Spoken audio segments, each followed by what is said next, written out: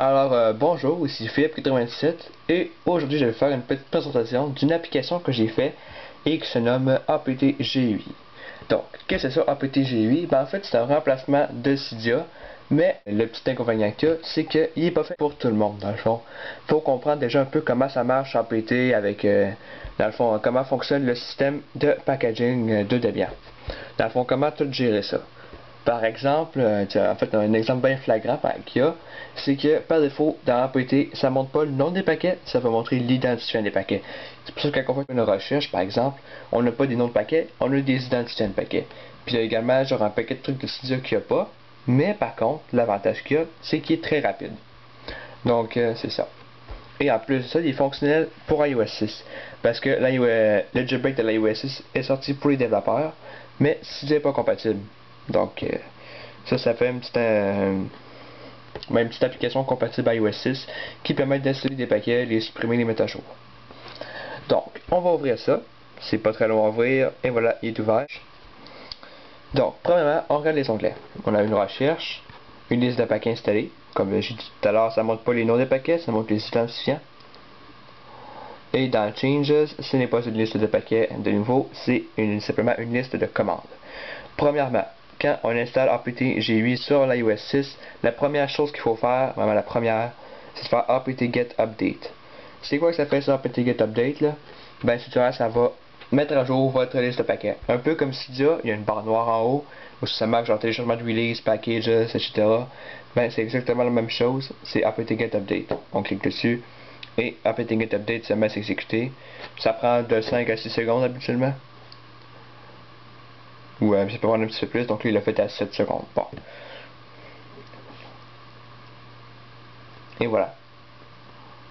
Et après ça, apt-get upgrade. Une fois qu'on a fait l'apt-get update, on fait apt-get upgrade pour vérifier les mises à jour, puis c'est des mises à jour, il va le faire automatiquement. Après c'est ici apt-get auto-remove.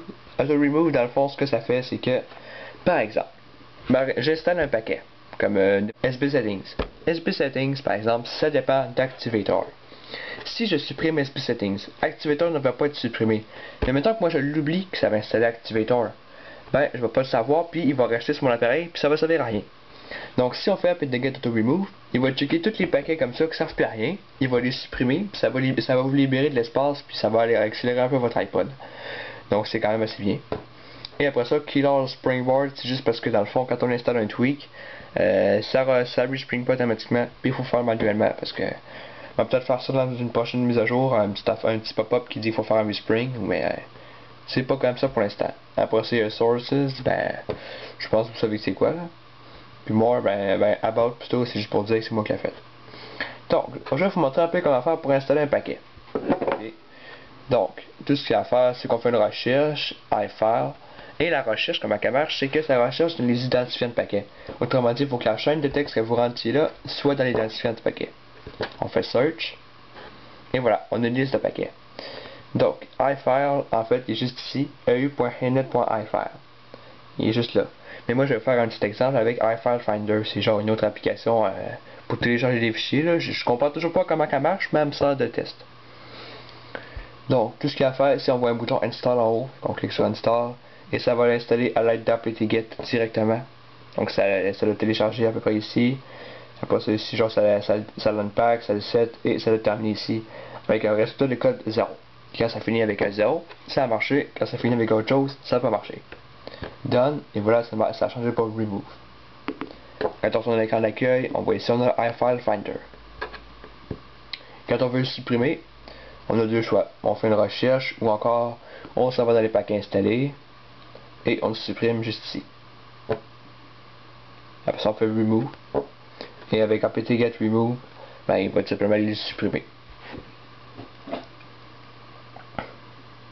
Fait de la c'est très simple, ça marche bien. Et également, une petite précision, justement, vu que c'est pas pour tout le monde, c'est pas tout automatique comme Cydia. Donc, par exemple, quand j'ajoute une source, mettons j'ajoute la source d'Aculo, ok, je suis contre le crack là, mais c'est juste parce que ça me prend une source test.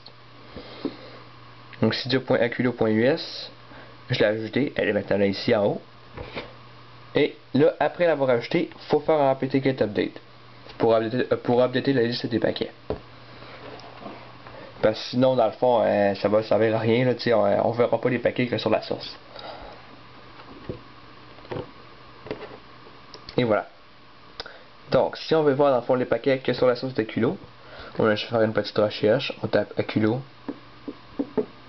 Search. Et voilà. Donc là, on a une petite liste de paquets que sur Aculo. Donc ici, on a une Stylus, Craculus, Resources, AppSync pour iOS 5, AppSync pour iOS 4, etc.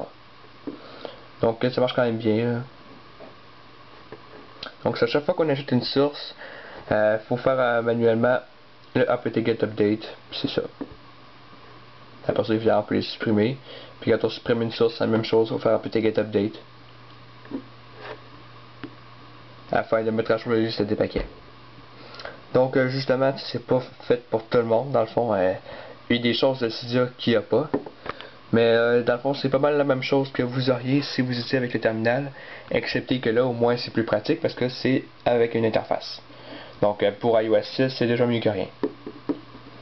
Et c'est ça, c'était Philippe87 qui vous montrait APTG8. Et merci de m'avoir écouté. Et n'oubliez pas de vous abonner à mon Twitter, Philippe972. Et c'est ça.